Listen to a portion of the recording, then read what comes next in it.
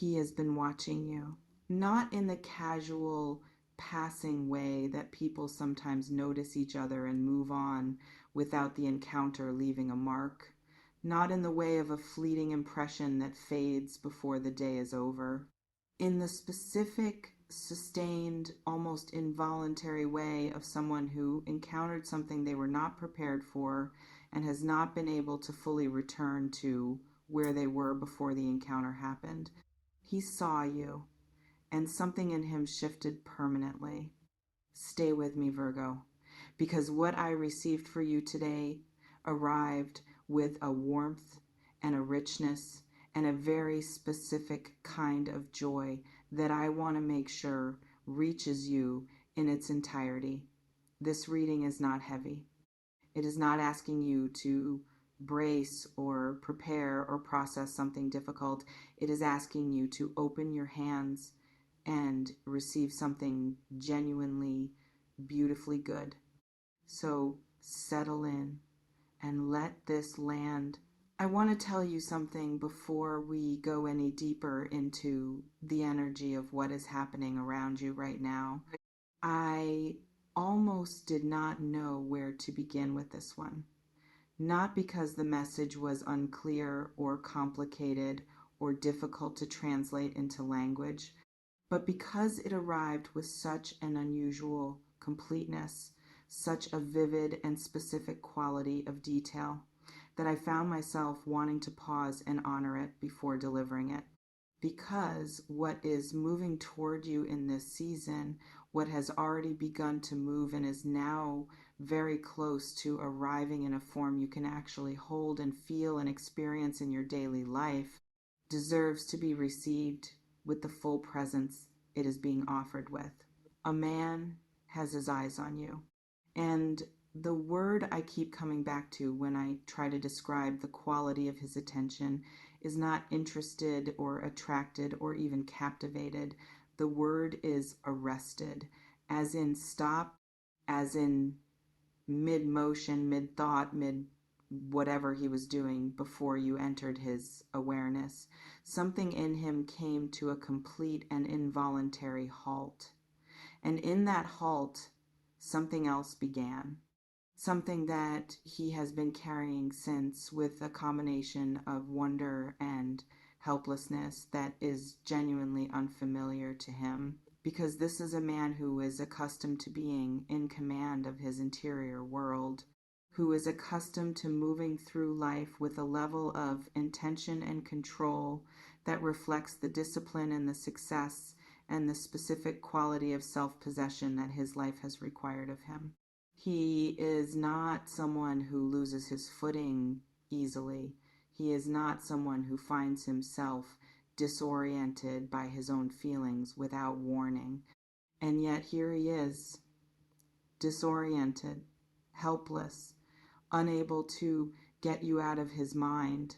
Let me speak about who this man is, because his energy is present in this reading with a clarity that I want to honor specifically.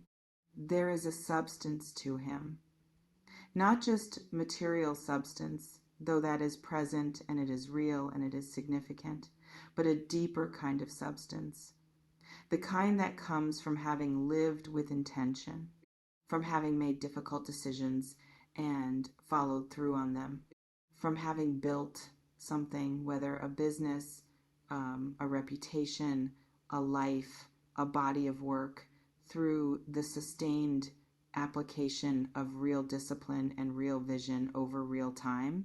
This is a man who understands value, not in the superficial sense of what things cost or what they can be traded for, but in the deeper sense of what things are actually worth, what lasts, what matters, what deserves to be protected and invested in and taken seriously. And when he encountered you, when he first registered your presence in whatever form and context that first encounter took, something in his extraordinarily calibrated sense of value responded with an immediacy and a certainty that surprised even him. He recognized something rare. He recognized you. Now I want to speak to the specific thing about you that has gotten underneath his carefully maintained composure and refused to leave, because it is not what most people would expect when they hear the phrase, a rich man has his eyes on you. It is not primarily about your appearance, though your appearance is very much part of what he registers when he looks at you. It is something else, something that your appearance is simply the most visible expression of. It is your glow. And I want to be precise about what I mean when I use that word, because it is one of those words that gets used so frequently in spaces like this that it can lose its specificity if we are not careful. What I mean when I say your glow is not a generic brightness or a vague positive energy or the kind of general attractiveness that many people carry. I mean something specific, something particular to you and to this season of your life, a luminosity that has a quality to it that is almost paradoxical when you examine it closely, because it is the glow of someone who has been through things, who has carried weight, who has walked through seasons that were genuinely difficult and that left their marks not as damage but as depth, as the specific hard-won radiance that only belongs to people who have been tested and have come through the testing without being extinguished. It is the glow of resilience that has become beauty, of depth that has become light, of someone who has done enough inner work that the work itself is now visible on the outside in a way that cannot be manufactured or imitated or produced through any external means. This man sees it immediately, instinctively, before he has the language for what he is seeing. And what it does to him, this very specific quality of your light, is something he did not anticipate and cannot easily explain to himself or to anyone else. It stops him every time, without fail, without diminishing, without the tolerance that usually develops when something beautiful becomes familiar. If anything, it deepens. Let me speak to the youthful quality of this glow specifically, because it is the piece of this reading that came through with the most insistence. And I think it contains something important for you to understand about yourself. You carry a youth that is not about age. And this man, who has lived enough life to understand the difference between youth as a function of time and youth as a quality of spirit, recognizes this distinction with an acuity that most people never develop. He has encountered people who are chronologically young but who carry an oldness in their energy, a heaviness, a closing down, a loss of the specific aliveness that makes a person genuinely compelling to be around. And he has encountered people, rare people, who carry a youthfulness that has nothing to do with the number of years they have lived, an openness, a curiosity, a genuine relationship with wonder that most people lose somewhere along the way without noticing it leaving, a quality of presence that makes them seem lit from within rather than illuminated from without. You are the second kind, and he knows it the moment he is in your presence. There is something in the way you engage with the world around you, in the quality of your attention, in the specific aliveness of your eyes when something interests you, in the way you move through a space without the self-consciousness that so many people carry as a kind of energetic weight that tells him everything he needs to know about the interior landscape you are coming from. And that interior landscape, Virgo, is extraordinary. It is the landscape of someone who has chosen over and over again, in the quiet, private moments where no one is watching, to remain open, to remain curious, to remain in genuine relationship with the beautiful things, even while navigating the difficult ones, to protect something essential in yourself that most people sacrifice without realizing what they are giving away. He sees that choice. he sees the fruit of it, and it moves him in a way that his considerable experience of the world has not prepared him for. Let me go deeper into his interior experience right now because I feel it very clearly, and I think understanding what is happening inside him will give you something valuable. He is a man who is accustomed to knowing what he wants, to identifying a thing, assessing its value, making a decision, and moving toward it with the kind of purposeful clarity that has served him extraordinarily well across every domain of his life. He does not typically experience uncertainty about his own desires. He does not typically find himself in the position of wanting something that he cannot simply and directly move toward. But you have created a new experience for him because what he feels when he thinks about you, and he thinks about you more than he has thought about anyone in a very long time, is not the clean, manageable desire of someone who knows exactly what they want and how to get it. It is something more complex, more vulnerable, more requiring of him than he is entirely comfortable with. He wants to be worthy of you. And that wanting, that specific quality of aspiration that goes beyond simple attraction into the territory of wanting to meet someone at their level rather than simply acquiring their presence is new for him. It is humbling in a way he did not expect to find humbling. And he is sitting with that humility quietly, privately, in the moments when the composure he presents to the world is not required of him. He is asking himself questions he has not asked in a long time about what he values, about what he is actually looking for, about what kind of presence in his life would constitute something genuinely meaningful rather than simply impressive or convenient or status aligned. And every time he asks those questions, the answer that rises is specific.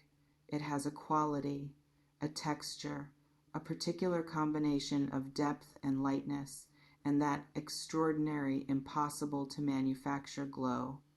It looks like you. Does this feel like something you have been sensing in the energy of someone around you? Have you felt eyes on you in that particular way? I am describing that specific quality of attention that has more weight to it than casual observation. Have you noticed someone whose demeanor shifts subtly but unmistakably when you are present? Let me know in the comments because I feel so many of you are navigating this very specific dynamic right now, and I want to know how this is landing in your experience. I want to speak now to what is building in this situation because the energy is not static. It is not a fixed point of silent admiration that will simply remain where it is indefinitely. There is movement happening, real movement, the kind that has a direction and a momentum and an increasingly clear trajectory toward expression. This man is approaching a decision, not about whether he is interested. That decision was made the moment he first registered your presence, and it has not wavered since. The decision he is approaching is about what to do with what he feels, about how to move from the interior experience of being completely arrested by your energy into the exterior expression of that experience in a way that reflects the seriousness with which he holds it. He does not want to be casual about this. That is important for you to understand. Whatever move he makes towards you will not be careless or impulsive or driven by the kind of surface level enthusiasm that fades as quickly as it arrives. He is deliberate by nature, and what he feels for you is being held to the same standard of deliberateness that he applies to everything in his life that genuinely matters to him, which means when he comes with intention, with clarity, with the specific quality of presence that says, I have thought about this carefully and I know what I am doing and I am choosing this with full awareness of what that choice means. The timing of that coming is close. I feel it moving through the final stretch of whatever internal preparation he has been doing, approaching the moment of readiness with an inevitability that the energy makes very clear. Be ready to receive it, not with performance or with the managed presentation of a particular version of yourself, but with the openness of someone who knows their own worth and is not surprised at the deepest level to be chosen by someone who understands value. Inhale. Virgo, I want to honor something about you in this moment that I feel is essential to the full picture of what this reading is about. This man's interest in you is not random. It is not the product of circumstance or proximity or the simple availability of your presence in his world at a particular moment in time. It is the specific, earned, deeply merited result of who you have become through everything you have walked through and how you have walked through it. The glow he cannot get over is not a gift you were simply handed. It is something you built through the choice to remain open when closing would have been easier, through the choice to keep caring when becoming indifferent would have been more comfortable, through the choice to do the inner work quietly and without an audience. That has produced the particular quality of light you now carry as naturally as breathing. He is responding to the fruit of years of choices made in your own direction, and that fruit is extraordinary. And his response to it is simply the external confirmation of something that has always been internally true about you. You have always been worth this quality of attention, this quality of interest, this quality of being seen by someone with the depth and the discernment to recognize what they are looking at. The only thing that has changed is that the right person is now looking. Let me speak to the richness of this man in a way that goes beyond the material, because I feel it is important to address both dimensions of what that word carries in the context of this reading. Yes, there is material wealth. There is the specific kind of abundance that comes from a life lived with intention and discipline, and the willingness to take calculated risks and see them through. This is a man whose relationship with resources is not anxious or scarce-minded or contingent on the fluctuations of circumstances. He moves through the world from a place of genuine material security, and that security is part of what he brings into any dynamic he chooses to invest in. But the richness that matters most in this reading, the richness that I feel most strongly when I sit with his energy in the context of what he feels for you, is interior. It is the richness of a man who has lived enough, experienced enough, succeeded enough, and failed enough to have developed a real and grounded understanding of what actually matters, of what money cannot buy, of what no amount of material abundance can substitute for in the lived experience of a human life. He knows that what you carry is priceless, not in the cliched sense of that word, in the literal sense, in the sense that it cannot be acquired or manufactured or purchased at any price. It can only be recognized when encountered, and he has encountered it in you, and he is not willing to walk away from that encounter without honoring what it is.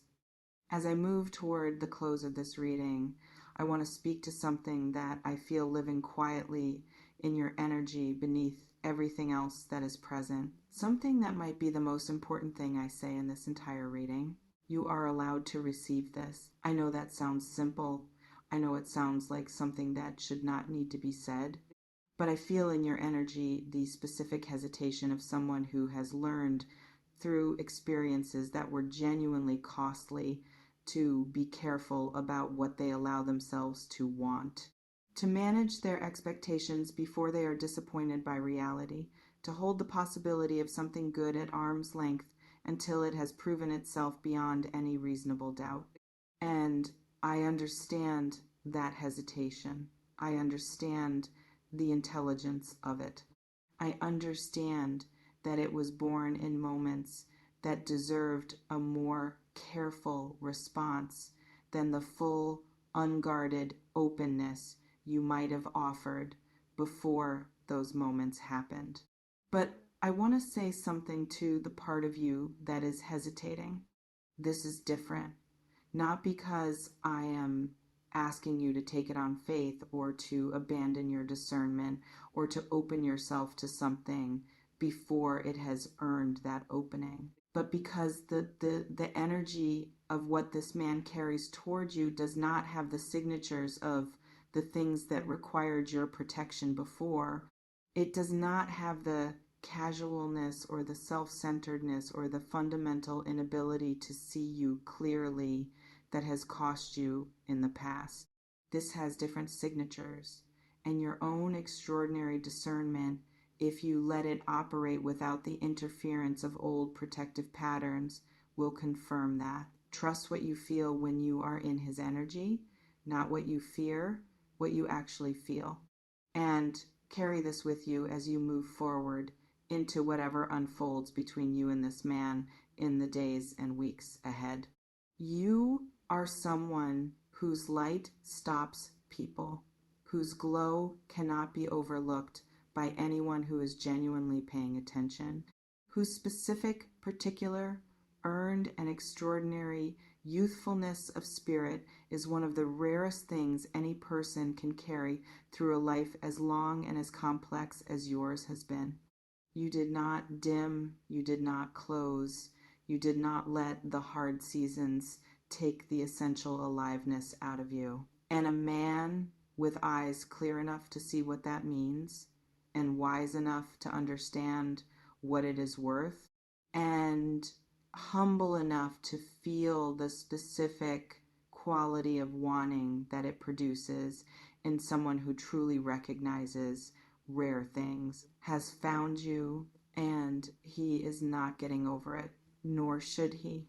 Because what he is looking at is genuinely, completely, and without exaggeration, extraordinary. That is you, Virgo. That has always been you.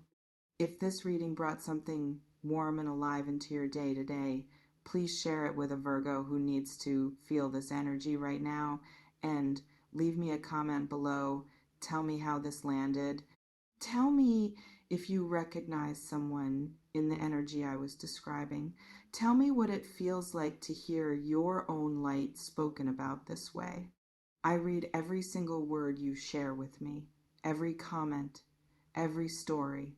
I carry your energy with genuine care long after this video ends. Until next time, Virgo, keep glowing exactly as you have been glowing, without apology, without dimming, without asking permission. The right eyes will always find their way to real light, and they already have